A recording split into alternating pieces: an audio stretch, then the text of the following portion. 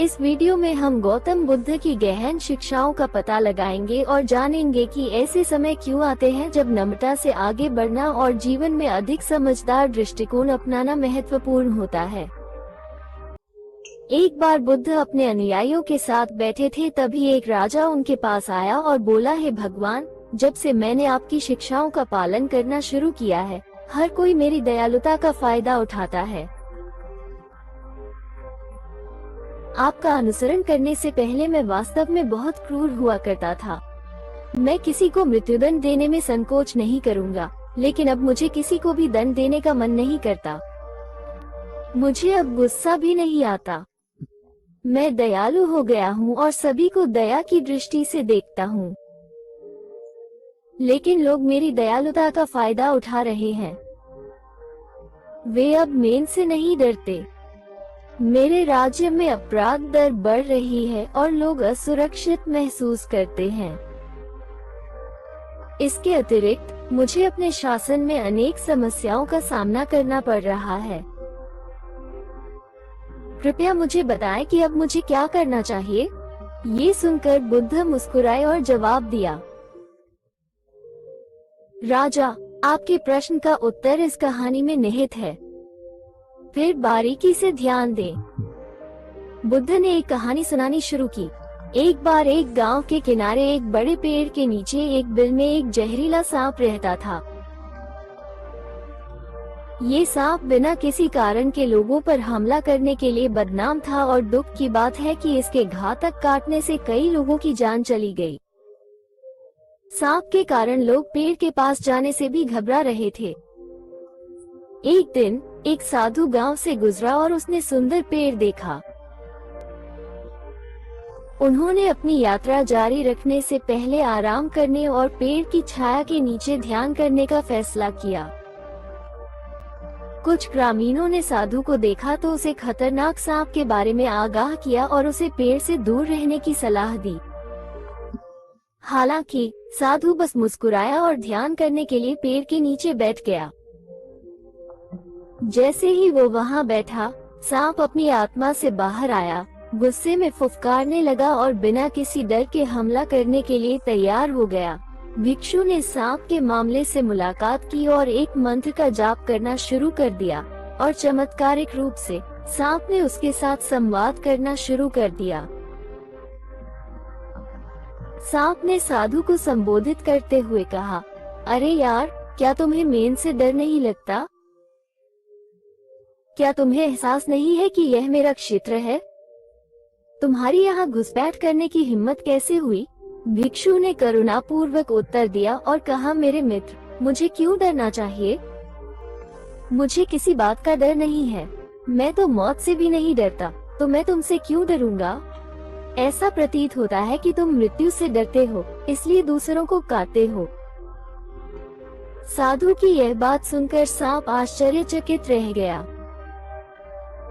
तब तक इसका सामना केवल उन्हीं लोगों से हुआ था जिन्होंने या तो उसे मारने की कोशिश की थी या उसके डर से भाग गए थे। इसने कभी किसी ऐसे व्यक्ति का सामना नहीं किया था जो उससे नहीं डरता था। साधु की बात सुनकर सांप उनके पास आया और उनके पैरों से लिपट गया और बोला, आप सही कह रहे हैं श्रीमान।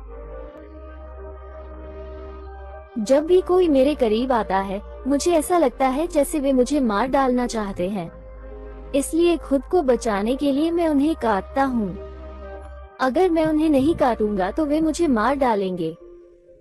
साधु ने सिर हिलाकर कहा, आप ठीक कह रहे हैं, लेकिन मेरे दोस्त, एक बात याद रखना, जिंदगी एक दिन खत्म हो जाएगी, इसलिए सिर्फ खुद को बचाने के लिए दूसरों पर हमला करना उचित नहीं है।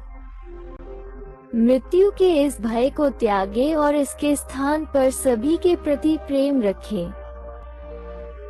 इतना कहकर साधु चला गया। वहां से सांप साधु की बुद्धिमत्ता से बहुत प्रभावित हुआ। उन्होंने उनकी बात को दिल से लगा लिया। उसने लोगों को काटना बंद करने और अपना गुस्सा शांत करने का निर्णय लिया। लेकिन चीजें वैसी नहीं रही। जब लोगों ने देखा कि सांप ने किसी को काटना बंद कर दिया है तो वे उससे उलझने लगे।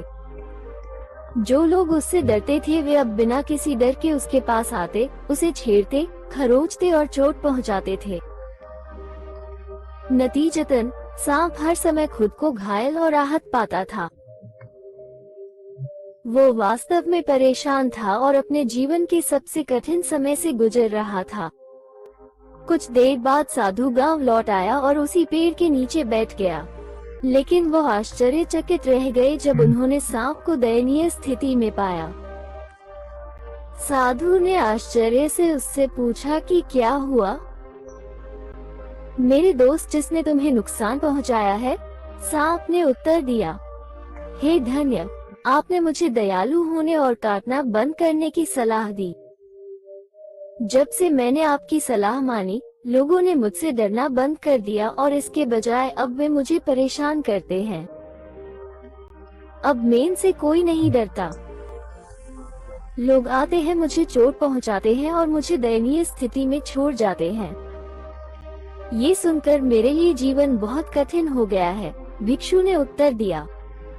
मेरे मित्र, ऐसा लगता है कि आपने मेरी शिक्षाओं को गलत समझा। मैंने तुमसे कहा था कि दूसरों को मत काटो, लेकिन मैंने तुम्हें उसकी स्याही से कभी मना नहीं किया। राजा के साथ कहानी साझा करने के बाद आत्मरक्षा में बुद्ध ने राजा से पूछा, क्या तुम्हें अपने प्रश्न का उत्तर मिल गया है?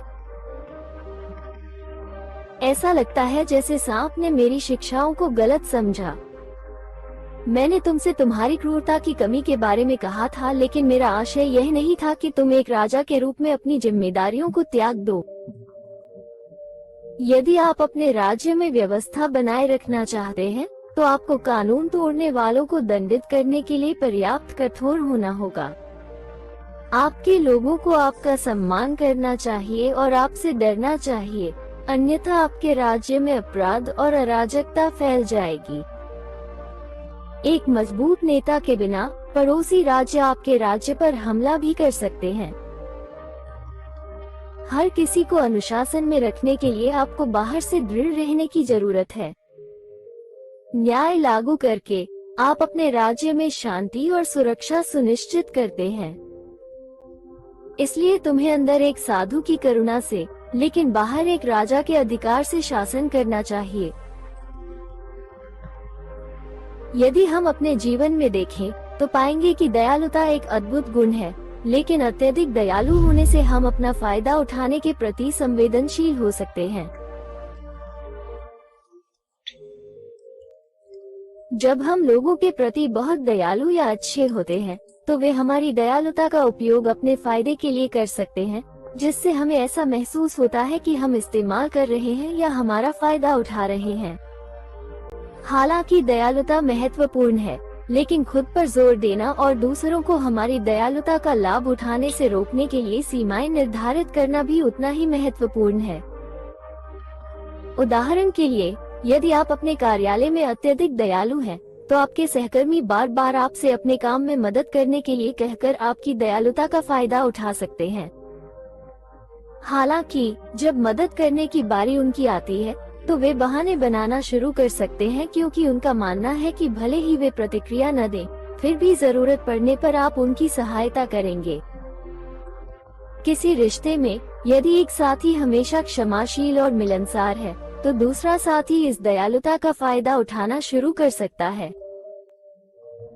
वे अपनी जिम्मेदारियों की उपेक्षा करना शुरू कर सकते हैं और अपने साथी की उदारता को हल्के में लेना शुरू कर सकते हैं।